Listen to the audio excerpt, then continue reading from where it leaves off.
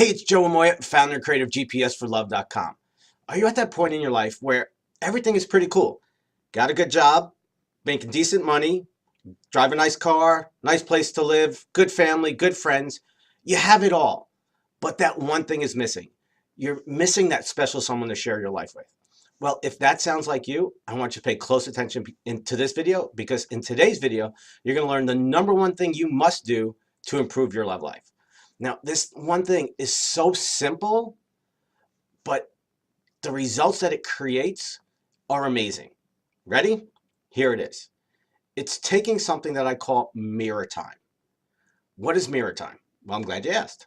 Mirror time is when you step out of your life as an observer, as if you're watching your life. You're watching it like on a movie screen, just like fast forwarding.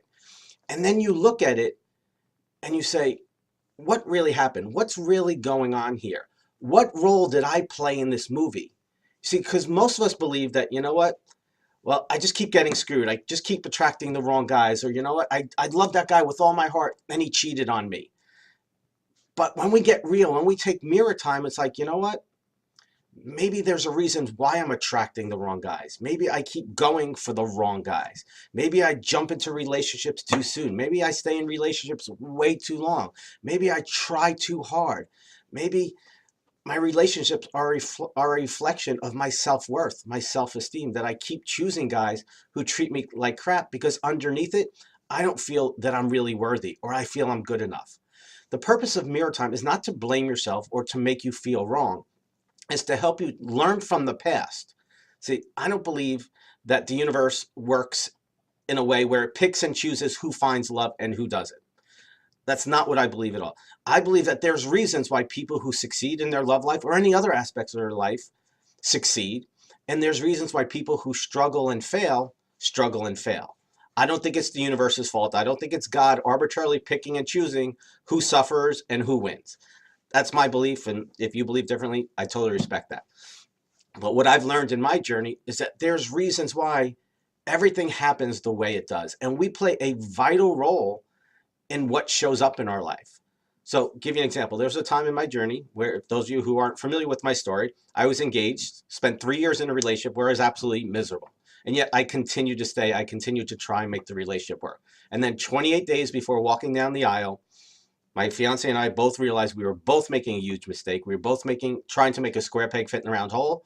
And we both came to our senses and said, you know what? This was never going to be what we both would like it or want it to be. And we called off the wedding. Now, as a result of that, I took some mirror time. Before I got back into the dating world and repeated all the old mistakes that I did in the past, I said, you know what? I got to learn from this. See, I don't believe anything is a mistake if you learn from it. I call that relationship with my ex the most expensive learning lesson of my life because it cost me in a lot of ways. So as a result of taking my mirror time, what I learned, see, human beings have such an innate desire to love and to be loved. No matter what any person says, the moment we come into this world, we have a desire to love and to be loved. Those people who say that they don't want it or don't need it have been so hurt emotionally that they're not willing to open themselves up to being hurt again. So we have this innate desire to love and to be loved. And because I had that, and my dad died when I was 15 years old, and I had a great relationship with my dad, and there was a huge void in my life. I was looking to get married, ultimately to have a family, to have a son, to replace that void that was put into my life when my dad passed away. And so I realized that, you know what? That was a dumb thing to do. You know, I stayed with someone who obviously wasn't right for me, who wasn't what I needed from a relationship partner, and I continued to try and make it work. Excuse me, I just knocked over my Starbucks. And I tried to make it work because when I took mirror time and got real honest with myself, I was afraid that I would never find somebody else to marry me, and therefore I would never be able to have a son. That's what was stopping me. That's what caused me to keep going back into that relationship over and over and over again. So the purpose of mirror time, again, is not to make you wrong, but it's to help you see what role you played in your love life. Because I know it's real easy to be, you know, and we come from a society of victims, and I'm so sick and tired of the freaking victims, from our presidents to the Democrats to the Republicans to the newspaper reporters, you know, the correspondents, everybody. You know, look what's going on with the national anthem. It's like everybody's playing victims in life, and it does nothing. Nobody goes anywhere. Okay? If you want to get somewhere in life, you have to take responsibility. You got to go, yeah, things suck. You know, yeah, it's not fair. Yeah, there's this shit going on. But you know what? I'm responsible for what shows up in my life. And if I'm not getting the results, that means on some level, I'm probably not doing something that I'm supposed to be doing, or I'm doing something that I shouldn't be doing. And so that's the purpose of mirror time, is for you to step out of your life, take a look as an observer and see, okay, what is it that I'm missing? Why is this happening to me? What role am I playing with this? Now, sometimes because of how we're wired emotionally and the way our brains work, it's tough to see our own stuff. You know, it's called the blind spot, because sometimes if you're committed to being a victim and you want to blame others, if you say, hey, you know what, I stayed with that jerk. You know, I continued to pursue guys and went after guys who looked a certain way, but who are crappy relationship partners. You know, if you do that, then you got to say, you know what, this was on me. And that's very difficult for people to do. I say you really have to be an emotionally mature and honest person to take responsibility, not to blame yourself. Responsibility means your ability to respond. So taking responsibility and saying, what role did I play in this? Because that's how you're going to learn. Because if you're not getting the results in your life, in your love life, there's something going on. There's something that you may not be aware of that is probably leading you to not get the results that you want. And if you find and get to the cause of what's going on and you identify that and you make some subtle changes, like stop pursuing guys who look great, who are crappy relationship partners. Now, stop right here. I'm not saying go date a troll, okay? I'm not saying date a guy that you're unattracted to, but I'm saying if you're going after these guys who, you know, you have to feel this amazing chemistry with on the first date, and you don't feel that on the first date, and you're out with a guy who's a decent, good-looking guy, who seems to be okay, but he's not your typical type, well, you know what? Give him a chance. Go out with him again. Get to know him. Give that guy the opportunity to show you his true colors.